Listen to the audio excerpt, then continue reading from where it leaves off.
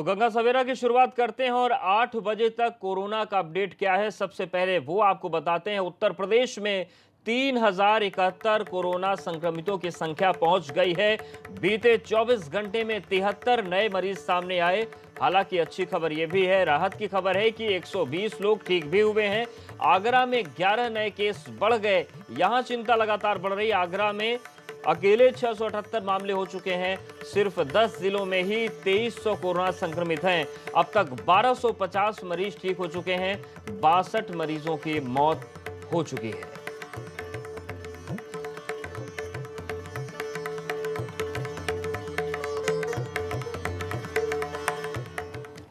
और बड़ी खबर मेरठ से भी है, जहां पर लॉकडाउन के बीच पथराव और फायरिंग हो गई। लिसाड़ी गेट थाना क्षेत्र का यह मामला है। कारखाने में युवक ने दावत की थी, 15 से 20 लोग इकट्ठा हुए। पड़ोसी ने विरोध किया था, लेकिन इसी बात पर मारपीट हो गई, बवाल हो गया, फायरिंग की नौबत आ गई। तो ये मेरठ की तस्वीर आपको हम दिखा रहे हैं और लॉकडाउन के दौर में किस तरीके से कानून व्यवस्था की धज्जियां उड़ रही हैं। एबीपी गंगा पर एक्सक्लूसिव तस्वीरें आपके सामने मेरठ की हैं। मेरठ के लिसाड़ी गेट थाना क्षेत्र का ये पूरा मामला है, जहां पर एक कारखाने में युवक ने दावत दी थी, उसी को लेकर विवाद हुआ। 15 से 20 लोग यहां पहुंच गए थे। पड़ोसियों ने विरोध किया और उसके बाद विवाद की स्थिति बन गई, मारपीट की नौबत आ गई, फायरिंग होने लगी।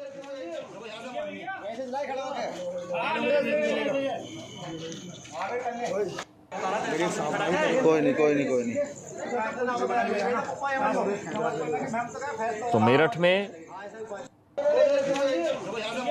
लॉकडाउन के बीच पथराव और फायरिंग की नौबत आ गई। हमारे साथ बलराम जुड़ गए हैं। बलराम, जिस तरीके की तस्वीरें आ रही हैं और जिस तरीके से कानून व्यवस्था की धज्जियां उड़ रही हैं, यहां पर ऐसा क्या हो गया था कि मारपीट और गाली गलौज तो छोड़िए, गोलियां चल रही हैं, वो भी राइफल की गोली।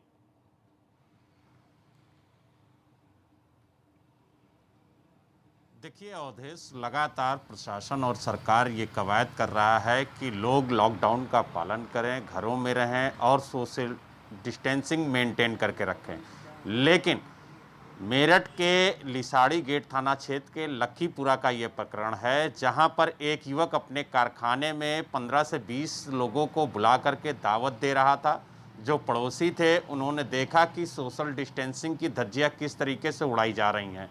इसी को लेकर के पड़ोसी ने जब विरोध किया तो पहले गाली गलौज हुई, फिर हाथापाई की नौबत और उसके बाद दोनों पक्षों में फायरिंग हुई।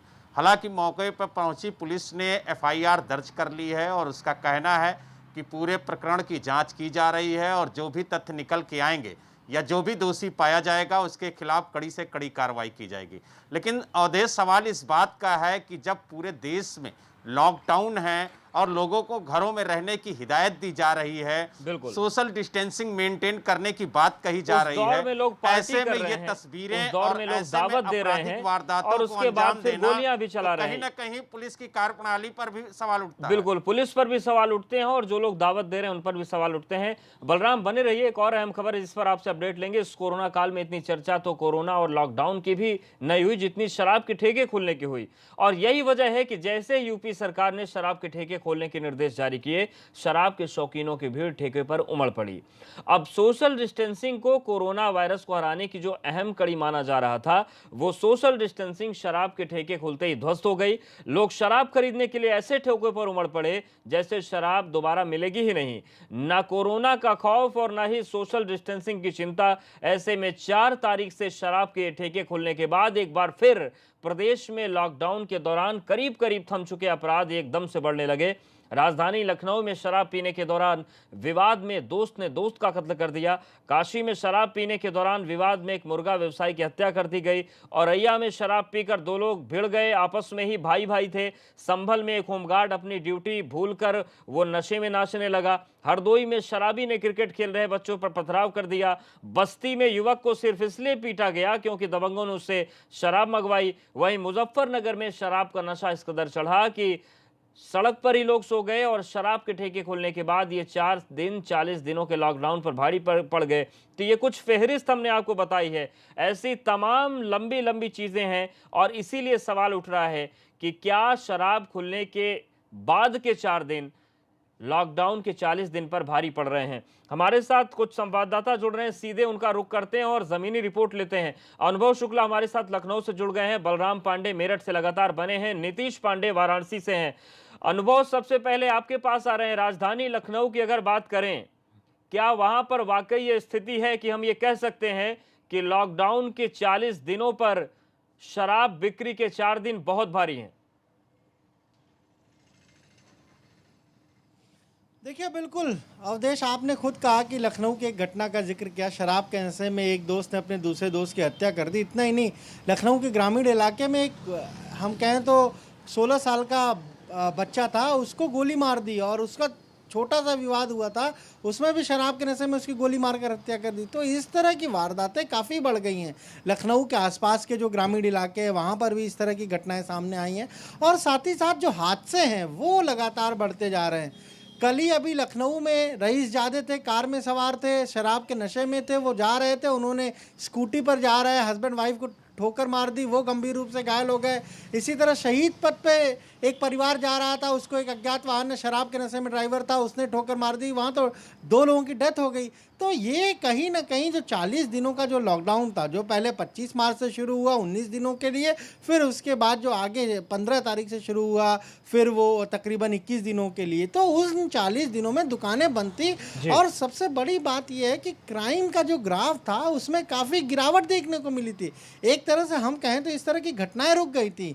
और उसके बाद जब सोमवार से शराब के ठेके खुले, दुकानें खुली, शराब की बिक्री हुई, उसके बाद अचानक से ये जो ग्राफ है क्राइम का, ये बढ़ गया है। पीआरवी जो है, पुलिस रिस्पांस व्हीकल, उसमें अब ज़्यादा कॉल आ रही है कि साहब शराब के नशे में यहाँ आपसी विवाद हो गया, वहाँ पहुँचिए, या फिर इस तरह की घटनाएं सामने आ रही हैं कि किसी ने शराब के नशे में फायरिंग कर दी है। तो पहले जो 40 दिन थे और अब के जो 40 दिन है, उसमें तो यही 4 दिन भारी लग रहा है और पुलिस के लिए भी मुश्किल है। जी बिल्कुल, एक बार वाराणसी का भी रुख कर लेते हैं। नीतीश हमारे साथ बने हुए हैं। नीतीश, अगर हम वाराणसी की बात करें तो वहां पर क्या स्थिति है? कोरोना पहले से वहां पर कहर मचा रहा है, लेकिन जब से शराब की बिक्री शुरू हुई है, क्या वहां पर स्थितियां बिगड़ी हैं? जैसे पहले लोग शांत थे, वो शांति भंग हुई है? 40 पर 4 भारी हैं। आपको बता दें अवधेश, यहाँ पर स्थिति ये है कि पहले दिन शराब की दुकानों पर जबरदस्त भीड़ लगी, यहाँ पे दिखाई दी, लोग एक दूसरे पर चढ़ते हुए नजर आए और ठीक दूसरे और तीसरे दिन से क्राइम के ग्राफ में बढ़ोतरी नजर आई। जिस दिन शराब की दुकानें खुली, शाम को मारपीट की लगभग आधा से ज़्यादा जो घटनाएं हैं, आधा दर्जन से ज़्यादा घटनाएं सामने आ गई। लोग एक दूसरे की पिटाई करते नजर आए, शराब के नशे में धुत लोग गाड़ी से टकराते नजर आए। और ठीक अगर बात करें तो दूसरे दिन यहाँ पर जो शिवपुर में मुर्गा व्यवसायी की हत्या कर दी गई। हत्या में साफ तौर पे ये बात सामने आई कि पहले उसे शराब पिलाई गई, शराब एक बहाना बनाया गया और इसके बाद उसका लाभ उठाकर उसकी हत्या कर दी गई। तो वारदात में शराब का पहला योगदान समझ में आया है। इसके पीछे आपको लिए चलते हैं, लॉकडाउन के जो पिछले दिन थे उसमें क्राइम का ग्राफ बेहद अगर कहें तो नीचे था।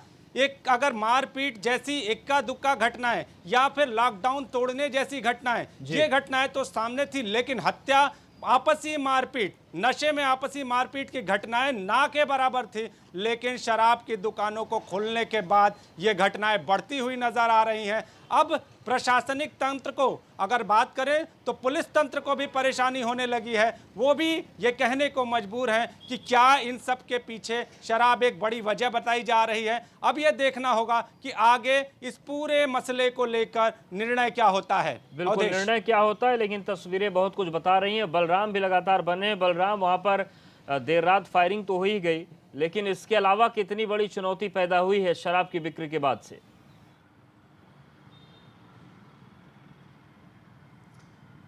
देखिए अवधेश, शराब की दुकानें खुली, शराब की बिक्री भी हो रही है, लेकिन ये सोचने वाली बात है और 3 सवाल भी सरकार के सामने खड़े हो रहे हैं कि क्या शराब की दुकानें खुलने के बाद लॉकडाउन और सोशल डिस्टेंसिंग का पालन किया जा रहा है?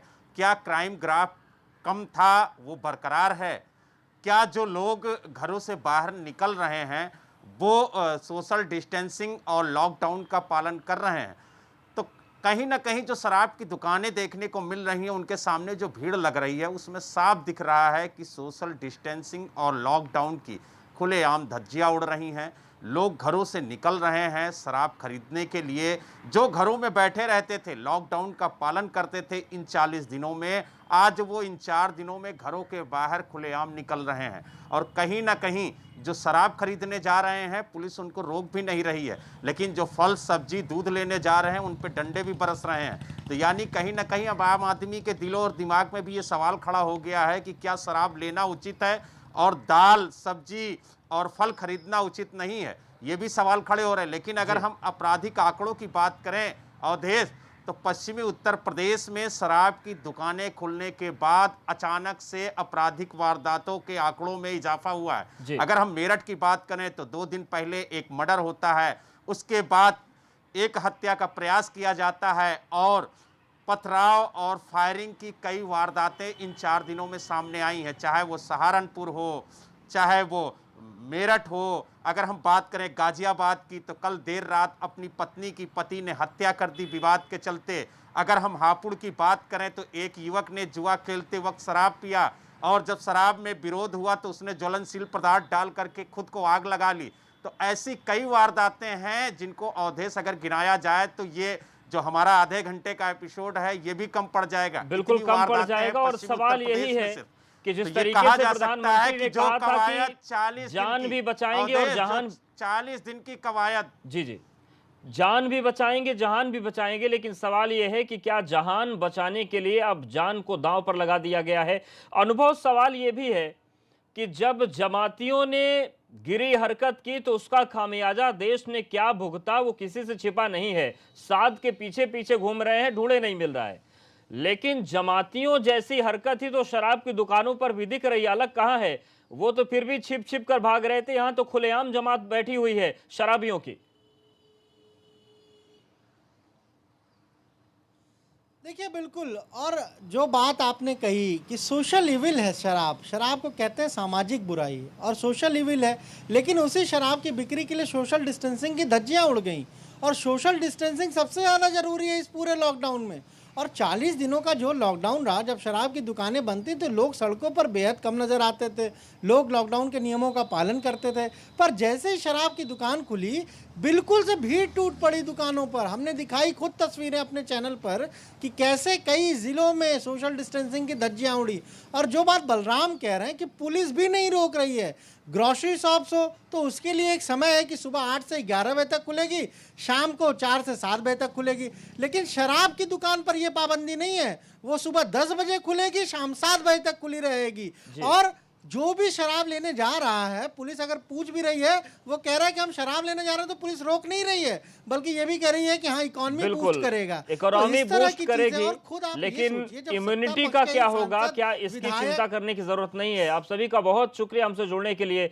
तो ये हालात हैं, तस्वीरें लगातार हम दिखा भी रहे हैं, और ये जो तस्वीरें हैं बताती हैं कि बहुत बड़ा खतरा मोल लिया जा रहा है, क्योंकि 40 दिन पर 4 दिन भारी पड़ रहे हैं, ये किसी से छुपा रहा नहीं। वाराणसी की तस्वीर देखिए, शराब पीकर विवाद, हत्या, नशे में भिड़ गए लोग। औरैया में 2 भाई ही थे आपस में नशे में भिड़े। संभल में एक होमगार्ड नशे में उत्पात मचाता है, वो कहता है मुझे कोरोना हो गया है। हरदोई की भी तस्वीर है, यहां पर भी विवाद हुआ, शराब के नशे में पथराव कर दिया, शराब के विवाद में बवाल हुआ तो आत्मदाह की स्थिति बस्ती में आ गई।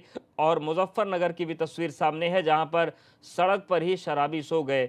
अब सोचिए कि जो स्थिति देश में थी, उत्तर प्रदेश में थी, हालात काबू में काफी हद तक हुए थे।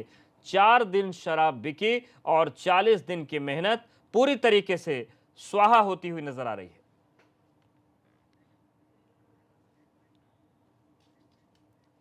और यहां पर वक्त एक छोटे से ब्रेक का है।